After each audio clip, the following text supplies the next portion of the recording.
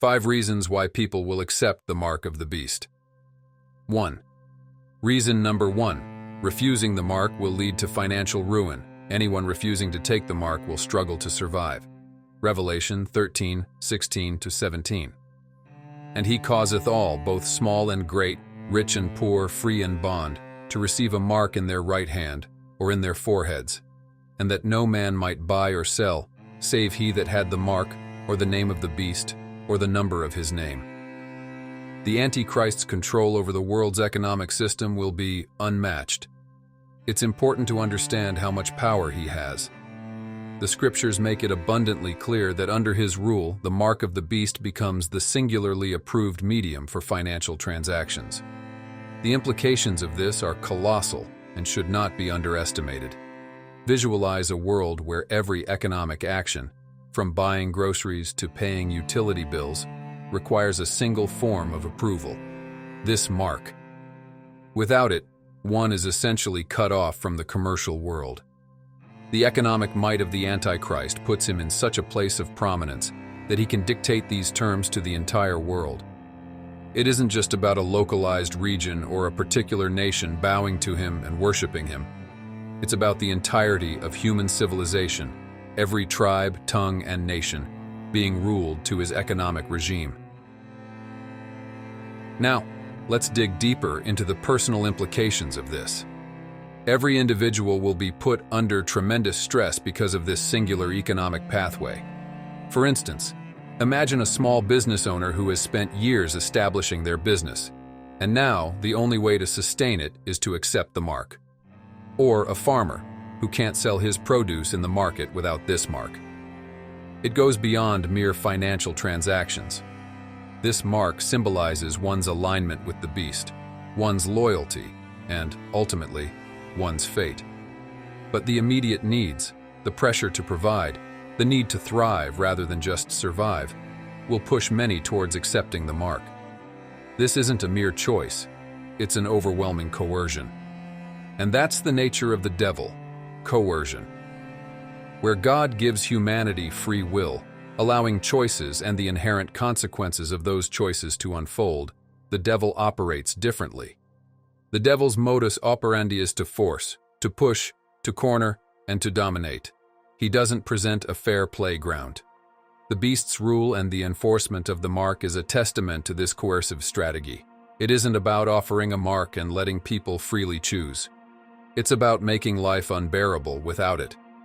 Let's explore the emotional torment that many will undergo.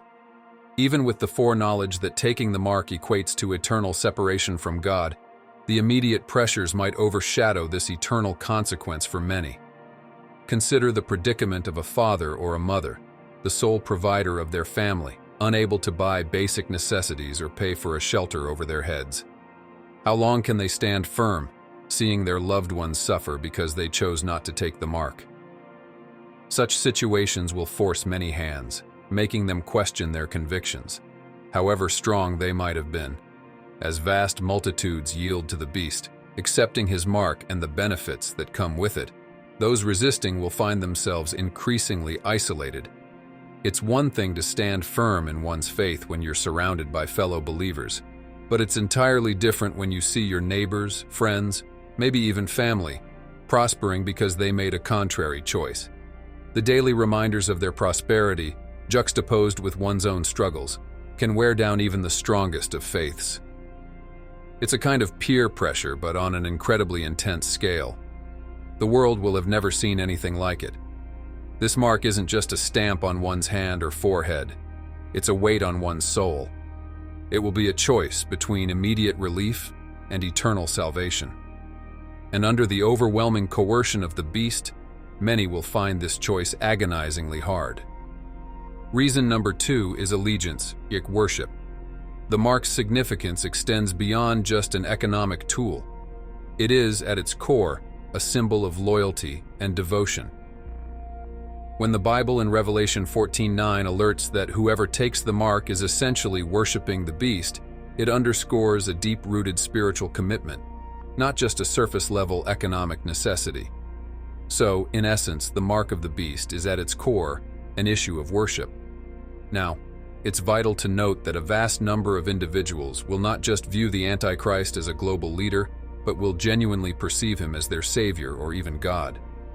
They won't merely respect him, they'll love and adore him. For many, he will be seen as the solution to their troubles, the leader who brings order, peace, and prosperity in chaotic times. This sentiment might baffle many Christians. They wonder, how can anyone see the Antichrist as godly or righteous?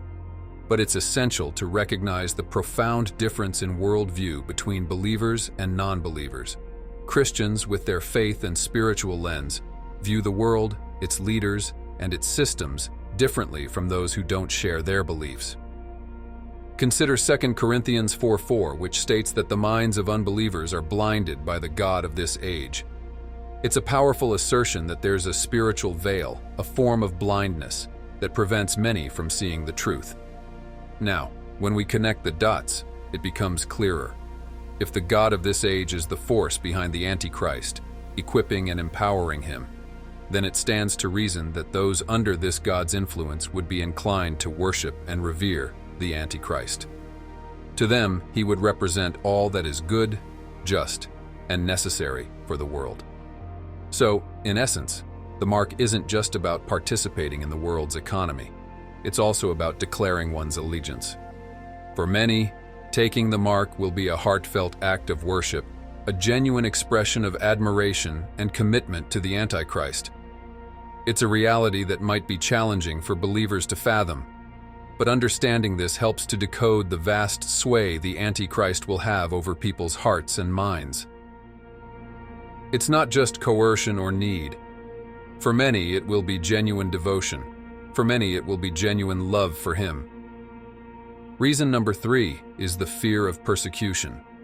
The power of the Antichrist will not be merely limited to economic dominance. It will also stretch to surveillance and control of those who don't align with his doctrine. Revelation 13:15 is unambiguous in its message. Those who resist, bowing to the beast's image, face the ultimate penalty. This grim reality ensures that the fear of persecution becomes one of the most persuasive tools in the arsenal of the Antichrist to get people to accept the mark. Drawing parallels from history, the Antichrist's approach will bear similarities to that of Nebuchadnezzar. The Babylonian king, Nebuchadnezzar, had a golden image constructed and decreed that everyone should bow to it. But when Shadrach, Meshach, and Abednego refused to do so out of loyalty to the one true God, they were thrown into a blazing furnace as punishment. The Antichrist will adopt a comparable method, persecuting those who choose to stay true to their faith and resist his mark. Society under the rule of the Antichrist will be divided, those who have the mark and enjoy societal privileges and those without it. In a world dominated by the Antichrist, the stakes are sky high.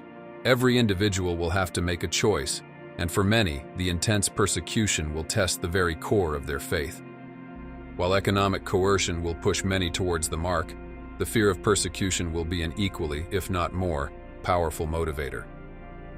But the landscape painted in Revelation presents a drastic shift. The very notion of hiding one's faith to be liked or fit in today's world makes one ponder the deeper implications for the future. If peer pressure or societal trends can influence faith in our present era, imagine the magnitude of influence when life and death hang in the balance. Would the desire to belong, to be part of the majority, overpower the commitment to faith? This moves us on to the next reason why people will accept the mark of the beast. Reason number 4 is conformity and peer pressure. As humans, we are inherently social beings, craving acceptance and belonging. From our earliest memories, the drive to fit in and be a part of a group has guided many of our actions and decisions.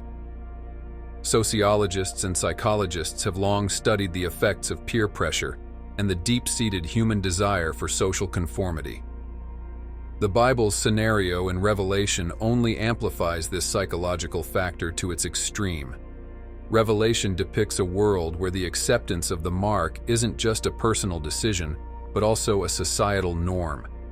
Just as trends, behaviors, and beliefs spread in society today, The act of taking the mark will likely become a prevalent trend during the reign of the Antichrist. As people around the globe begin to take the mark, the societal expectation to do the same will grow exponentially. This is not a new concept. Throughout history, we have seen how people have often chosen to align with the majority, even when it meant compromising their own beliefs or values. The reasoning is rooted in the fear of being ostracized or labeled as an outsider. The need for social validation and the fear of being isolated can be powerful drivers of human behavior. In the world of Revelation, those who resist the mark will be in the minority. Neighbors, friends, colleagues, and even family members might become agents of pressure, either intentionally or inadvertently. Questions like, "Why haven't you taken the mark yet?" or statements like, "Everyone's doing it, it's for our own good," will become commonplace. The challenge here is twofold. First, there's the tangible pressure of not being able to participate in society. The inability to buy, sell, or engage in any economic activity.